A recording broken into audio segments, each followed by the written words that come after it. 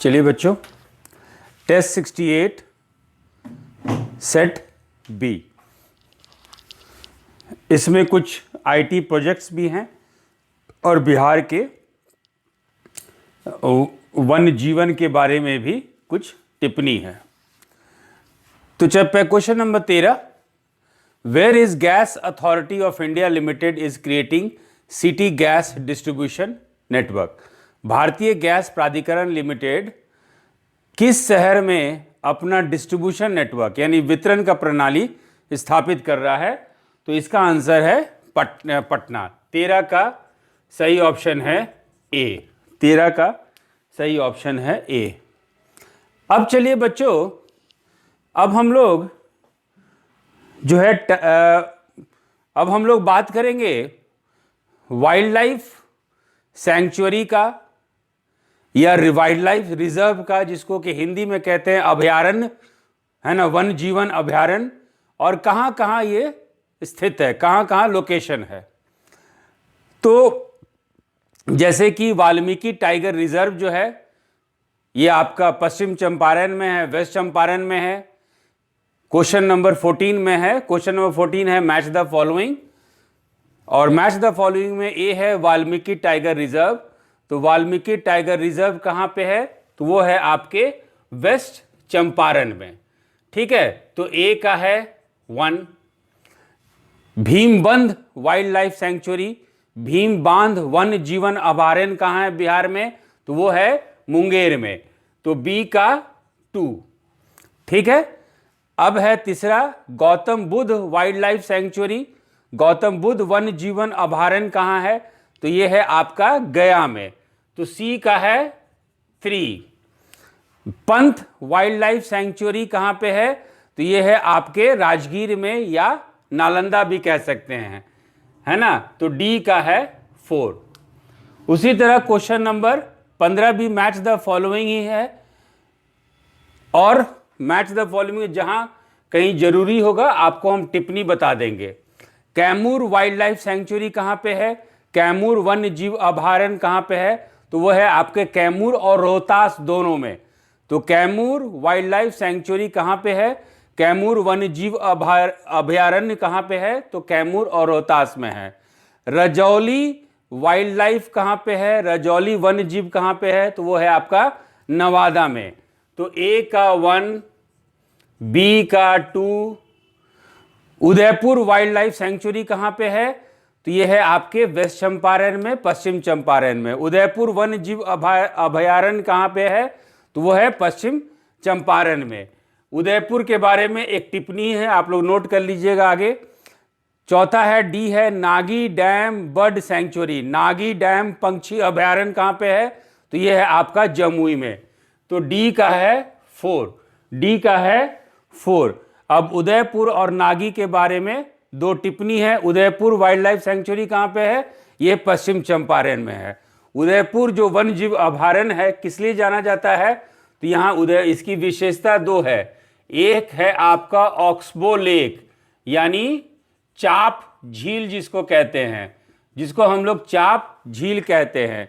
और यहां पे आपको स्वैम्पी फॉरेस्ट मिलेगा। उदयपुर वाइल्ड लाइफ सेंचुरी में आपको स्वाम्पी फॉरेस्ट मिलेगा, दलदली वन मिलेगा, दलदली वन मिलेगा उदयपुर में, है ना। स्वैम्पी आपको फॉरेस्ट मिलेगा यहां पे। ठीक है, उसी तरह अब आप Nagi dam bird sanctuary, Nagi dam पंछी अभयारण्य जो है आपका जमुई में है। यहां क्या मिलेगा? इसमें आपको पानी में चलने वाले पंछी मिलेंगे, वाटर बर्ड्स। यहां पे आपको वाटर बर्ड्स यानी पंछी जो है पानी में चलते हैं वो मिलेंगे, और यहां पे प्रवासी पंछी मिलेगा, माइग्रेटरी बर्ड्स मिलेगा। तो यहां पे आपको प्रवासी पंछी या माइग्रेटरी बर्ड्स मिलेंगे। ठीक है बच्चों? अच्छा, अब जो है इस पॉइंट को आप लोग नोट कर लीजिएगा या ध्यान में रखिएगा। ये हम लोग थोड़ा सा ये टिप्पणी है, इंपॉर्टेंट ये टिप्पणी है, इसको हम लोग को जानना चाहिए, है ना। वी शुड नो ये वन्य जीव अभयारण्य जो बिहार में स्थित है। अब चलते हैं बच्चों हम लोग क्वेश्चन नंबर 16 पे, क्वेश्चन नंबर 16 पे। काबर झील बर्ड सेंचुरी, काबर झील पक्षी अभयारण्य, ये कहाँ पे है? बेगूसराय में। तो काबर झील पक्षी अभयारण्य कहाँ पे है? तो ये है आपका बेगूसराय में। कुशेश्वर स्थान पक्षी अभयारण्य, कुशेश्वर स्थान बर्ड सेंचुरी कहाँ है? ये है आपके दरभंगा में। तो बी का है 2। सलीम अली जुबा साहनी बरैला झील बर्ड सेंचुरी, सलीम अली जुबा साहनी बरैला झील पक्षी अभयारण्य कहाँ पे है? ये है आपका वैशाली में। तो सी का है 3। Vikramshila Gangeya dolphin sanctuary, Vikramshila Gangeya dolphin अभयारण्य कहाँ पे है? तो ये है आपका भागलपुर में। तो डी का है 4, डी का है 4। अब इन 4 जो हैं आपके पक्षी अभयारण्य, है ना, जैसे कि काबर झील को ध्यान रखिएगा, कुशेश्वर स्थान को ध्यान रखिएगा, सलीम अली जुबा साहनी बरैला झील बर्ड सेंचुरी को याद रखिएगा, विक्रमशिला गंगेय डॉल्फिन सेंचुरी के बारे में याद रखिएगा। इन चारों के साथ एक कॉमन है, एक जो है साझा एक विशेषता है। सबसे पहले तो इन 4 जो लिस्ट हम लोग डिस्कस किए हैं उसके साथ एक और लिस्ट जोड़ लीजिए, एक है आपका नकटी डैम बर्ड सेंचुरी पक्षी अभयारण्य जो कि जमुई में है, जो कि आपका बिहार के जमुई में है। और विक्रमशिला की जो बात की है हम लोग, विक्रमशिला को छोड़ के आपका जो भी हम लोग 4 उदाहरण दिए हैं, जो भी आपका पहला चीज देखिए, काबर झील, कुशेश्वर स्थान, सलीम अली जुब्बा साहनी बरैला और नकटी डैम, ये चारों की विशेषता ये है कि चारों में आपको 2 चीज कॉमन मिलेगा। एक है वाटर बर्ड्स, यहां पे जल में चलने वाले पंछी यानी आपको वाटर बर्ड्स मिलेंगे, और दूसरा यहां पे आपको माइग्रेटरी बर्ड्स यानी प्रवासी पंछी मिलेंगे। दूसरा आपको यहां पे माइग्रेटरी बर्ड्स यानी प्रवासी पंछी मिलेंगे। और भागलपुर में आपका विक्रमशिला गंगेय डॉल्फिन अभयारण्य है या डॉल्फिन सेंचुरी है, जिसमें आपको गंगा की डॉल्फिन, जैसा कि नाम बता रहा है, गंगा की डॉल्फिन आपको यहाँ पे मिलता है। तो ये सब पॉइंट्स आप लोग ध्यान में रखिएगा बच्चों, है ना। हल्के से एक बार खाली देख लीजिएगा, ज़्यादा विशेष जो है गहराई में जाने की फिलहाल इसमें ज़रूरत नहीं है। चलिए क्वेश्चन नंबर हम लोग 17 करते हैं। ई गवर्नमेंट डेवलपमेंट इंडेक्स 2020, संयुक्त राष्ट्र ई सरकारी सूचकांक, ये क्या है कि एक सूचकांक है, ये डेवलपमेंट इंडेक्स है, जो कि ई गवर्नेंस के आधार पर, मैंने इलेक्ट्रॉनिक गवर्नेंस के आधार पर जो है ये देश का रैंकिंग करता है। तो यूएन है, संयुक्त राष्ट्र के तरफ से गवर्नमेंट डेवलपमेंट इंडेक्स निकाला जाता है, जारी किया जाता है। संयुक्त राष्ट्र ई सरकारी सूचकांक जारी करती है, और ई सूचकांक जारी करने का इसका आधार क्या होता है, किस आधार पे ये रैंकिंग करते हैं? तो पहला आधार होता है ऑनलाइन सर्विस इंडेक्स, कि आपके देश में ऑनलाइन सर्विस क्या क्या है, नंबर 1। नंबर 2 है टेलीकम्युनिकेशन इंडेक्स, यानी दूरसंचार सूचकांक, दूरसंचार की घनत्व क्या है, दूरसंचार को कैसे आप इस्तेमाल करते हैं, टेलीकम्युनिकेशन को कैसे उसका यूज होता है इस कंट्री में या किसी भी कंट्री में। और ह्यूमन कैपिटल इंडेक्स, मानव पूंजी सूचकांक, आप जो है ऑनलाइन सर्विसेज के लिए आईटी फील्ड में, आईटी क्षेत्र के लिए, खास करके कोरोना जैसे समय में आप जो है मानव पूंजी को इस नए तंत्र में कैसे ढालते हैं। तो 3 आधार होता है यूएन ई गवर्नमेंट डेवलपमेंट इंडेक्स का। पहला होता है ऑनलाइन सर्विस इंडेक्स, दूसरा होता है टेलीकम्युनिकेशन इंडेक्स, और तीसरा होता है ह्यूमन कैपिटल इंडेक्स। तो इसी पे क्वेश्चन नंबर 17 है, संयुक्त राष्ट्र ई सरकारी सूचकांक 2020 का आधार क्या है? ऑनलाइन सेवा सूचकांक, दूरसंचार सूचकांक या मानव पूंजी सूचकांक? और इसका सही ऑप्शन है सभी विकल्प। तो क्वेश्चन नंबर 17 का सही ऑप्शन है डी। क्वेश्चन नंबर 17 का सही ऑप्शन है डी। क्वेश्चन नंबर 18 कि जो यूएन ई गवर्नमेंट डेवलपमेंट इंडेक्स है यूएन ई गवर्नमेंट डेवलपमेंट इंडेक्स है या संयुक्त राष्ट्र ई सरकारी सूचकांक है, 2020 में भारत का क्या स्थान रहा? तो भारत का स्थान 2020 में 100 रहा, 100वां रहा। और पिछले साल 2019 में इंडिया का रैंक था 96। तो question number 18, what is India's rank in the UN E government development index? तो संयुक्त राष्ट्र ई सरकारी सूचकांक में भारत की रैंक 100 रही। कुल कितने देश का सर्वे हुआ था? तो टोटल ऑफ 193 कंट्रीज। तो India rank 100 out of 193 countries. तो 18 का सही ऑप्शन है आपका ए। 18 का सही ऑप्शन है ए।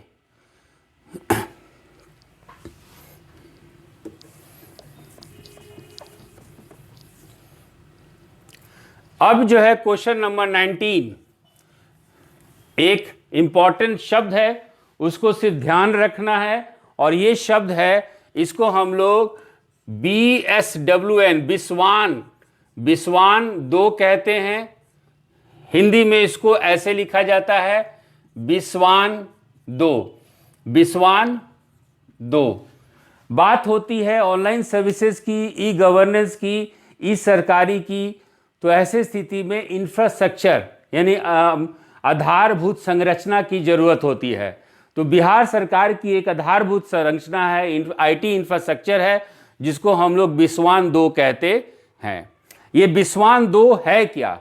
बिहार में जितने भी, ये एक इंटरनेट है, इंटरनेट नहीं इंट्रानेट, माने 2 दफ्तरों के या 2 ऑफिसों के बीच की ये संचार है।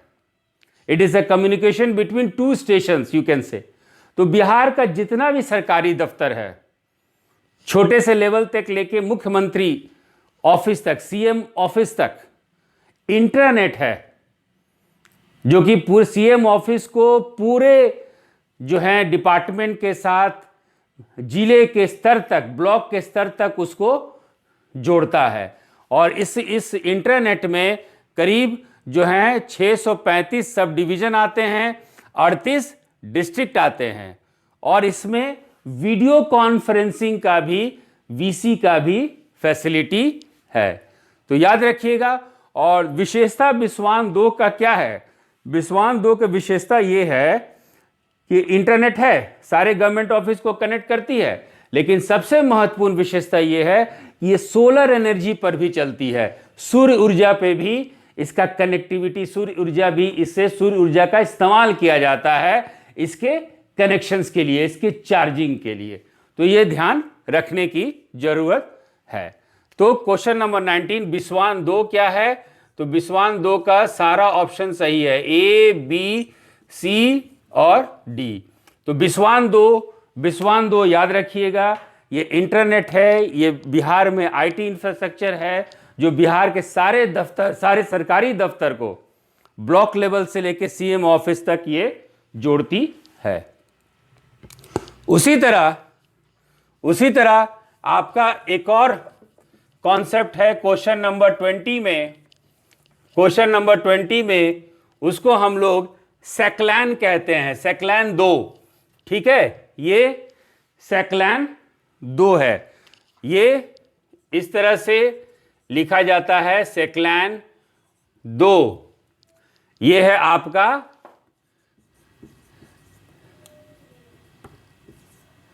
सेक्लैन 2। ठीक है, सेक्लैन 2 है।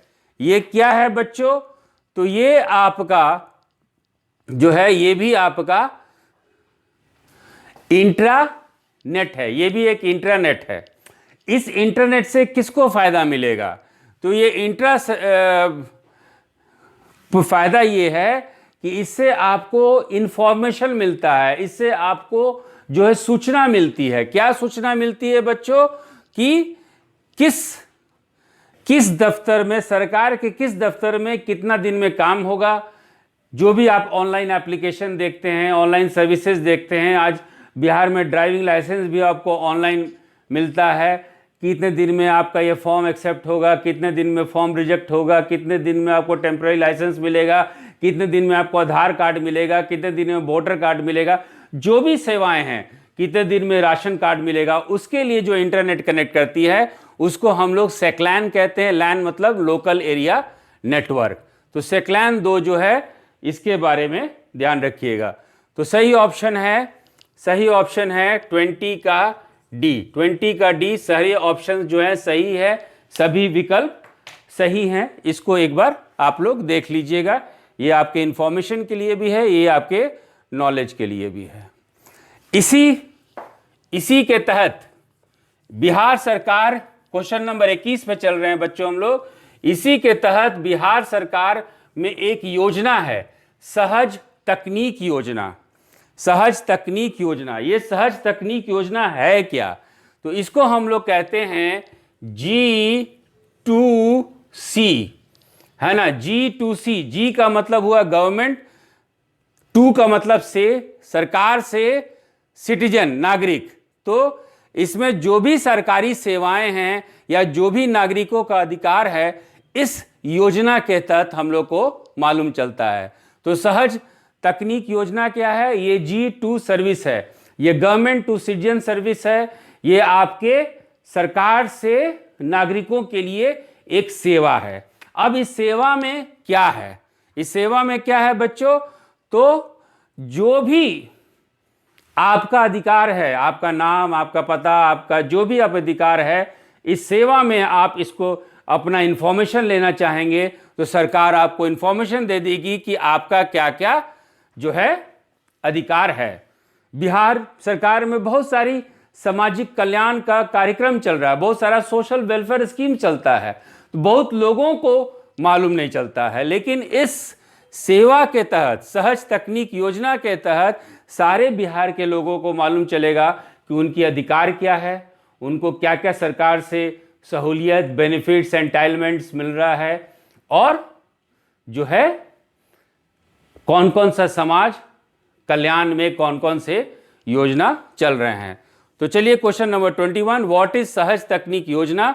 इट कॉमेंस्ड इन 2018। ये जो सहज तकनीक योजना है बिहार सरकार 2018 में शुरू की, ठीक है। इसे गवर्नमेंट टू सिटीजन सर्विसेज, एक सरकार से नागरिक सेवाएं हैं, ये भी सही है। C, total digital solution for helping people to discover the entitlements, लोगों को उनको अधिकारों की खोज करने में मदद करने वाला ये डिजिटल समाधान है, डिजिटल माध्यम है। और D, total digital solutions to avail the benefits of social welfare schemes, लोगों सामाजिक कल्याण योजनाओं का लाभ उठाने के लिए ये कुल डिजिटल समाधान है। तो सहज तकनीक योजना 21 का ए सही है, बी सही है, सी सही है और डी सही है। Question number 22, where is an IT city being built in Bihar? Bihar में एक IT शहर कहाँ बनाया जा रहा है? तो वो बनाया जा रहा है राजगीर में। राजगीर में एक IT सिटी, एक IT शहर जो है बनाया जा रहा है। तो 22 का आपका बी है, 22 का आपका बी है।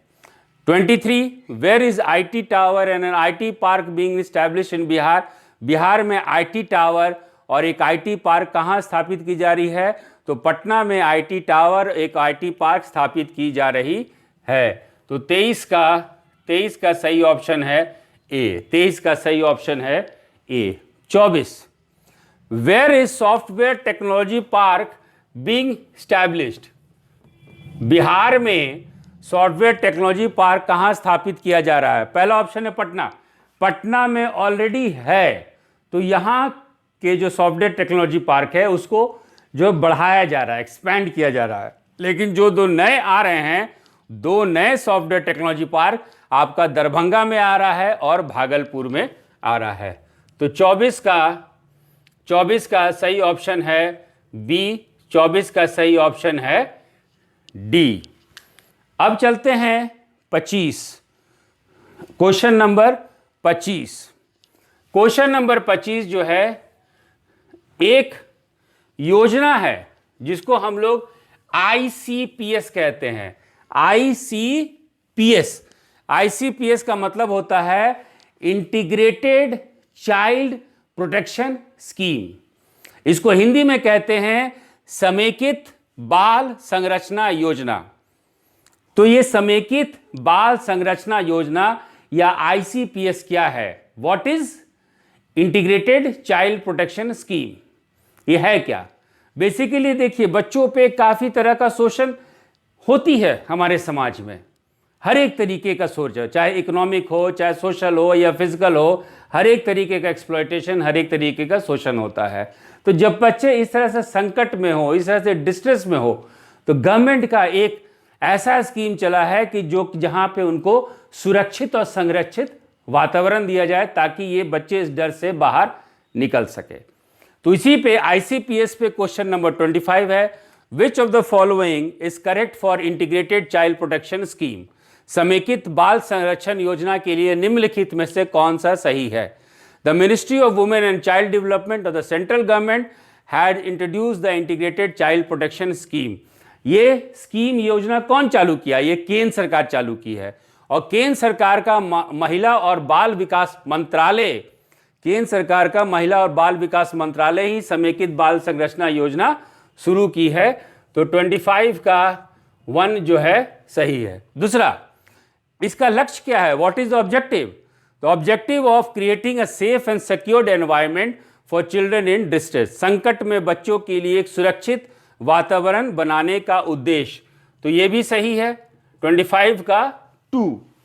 25 का 3 देखते हैं। Bihar government has signed an MOU with the union minister of women and child development in April 2010 for implementation of ICPS in the state.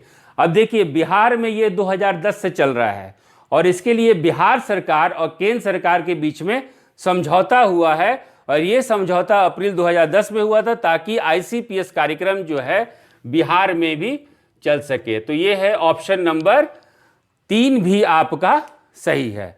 तो सही ऑप्शन है इसका D। सही ऑप्शन है 25 का सही ऑप्शन है D। इसके अलावा बच्चों, इसके अलावा आपका एक ICDS प्रोग्राम भी आता है, इंटीग्रेटेड चाइल्ड डेवलपमेंट स्कीम, यानी समेकित बाल विकास कार्यक्रम। तो इसमें भी बच्चों को हर एक तरीके से इस योजना के तहत विकास करने का मौका, अवसर मिलता है। तो चलिए, इसके साथ ही हमारा लास्ट टेस्ट 68 हमारा समाप्त होता है। And all the best for your exams in BPSC PT to be held on 27th of December. Thank you and all the best.